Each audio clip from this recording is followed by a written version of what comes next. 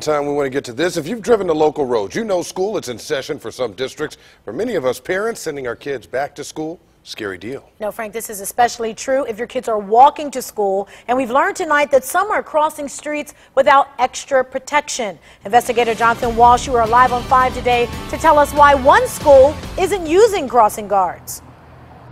Yeah, guys, I'm just below Euclid Park Elementary School. It's along Euclid Avenue, and as you know, this can be very busy, a very busy street. Now, there are crossing guards here for the kids during the day, but just down the street, there's no crossing guard there. It's a big concern. I found out that council members are made to do some referrals for those positions, but nobody has stepped up for the job.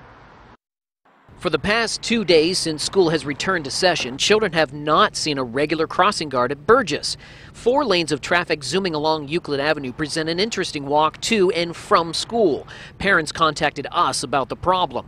Councilman Jeffrey Johnson, who represents this area, told me it's up to the city council members to find crossing guard candidates for their wards, and then the Cleveland Police Department does the background checks before someone is hired. Councilman Johnson told me he's trying to recruit members of the community as we speak, but has not had any luck. He told me he was going to visit with the principal of Euclid Park this afternoon and see if notes can go home with the children, asking if any parents are interested.